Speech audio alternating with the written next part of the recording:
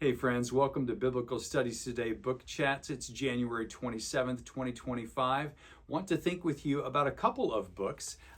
First, Scribes in Scripture by John Mead and Peter Gurry. Here, the authors look at text, canon, and translation. Those three issues, three parts in the book. Thinking about the text of Scripture, the tradition of the Old and New Testaments, the scribal transmission processes, the actual text that we have, and then how the canon is recognized, how there are subgroups that are seeming to fit together, and how those are recognized together in terms of genre, in terms of authorship, in terms of these other issues with epistles fitting together around Paul, the general scope of epistles and the Gospels and Acts, and how these are recognized in the early church. And then the translation of Scripture, the various English translations that we enjoy, how those trace back, how they relate to one another, and how there are unique features that might distinguish some from others and encourage us in reading our Bibles. Such a great volume, and thinking about this today on the day when we recognize at MBTS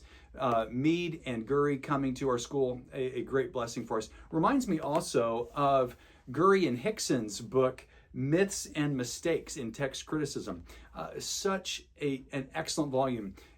Hickson and Gurry have gathered together an A-list of scholars to think about various issues in textual criticism.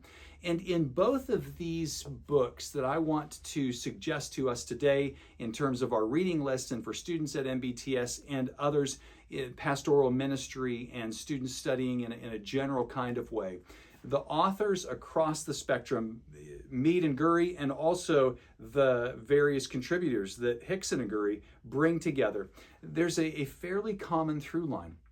That the data we have, the material we have, the historical process that we understand in text criticism, in looking at history and what the historians of the early church recognize as the canon, across the scope of these issues, there's a tendency to make too much of any one idea, and there's a tendency from critics to downplay or to overly criticize. And we have to be aware of both of those extremes. We have to, as evangelicals, recognize that, as Hickson and Gurry state in their volume, it's impossible to go back and state exactly what those words are, but we don't have to say exactly whether we have so much coherence already that is here. We can be very confident in what we have.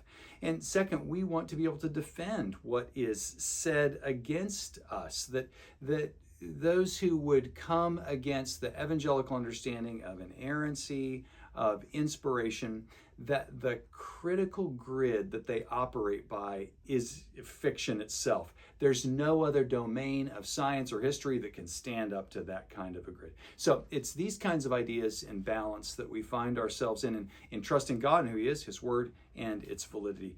Can't recommend these enough. For more Biblical Studies Today book chats, go to biblicalstudiestoday.com. For more information on Biblical Studies courses, go to mbts.edu. We'll see you again next time.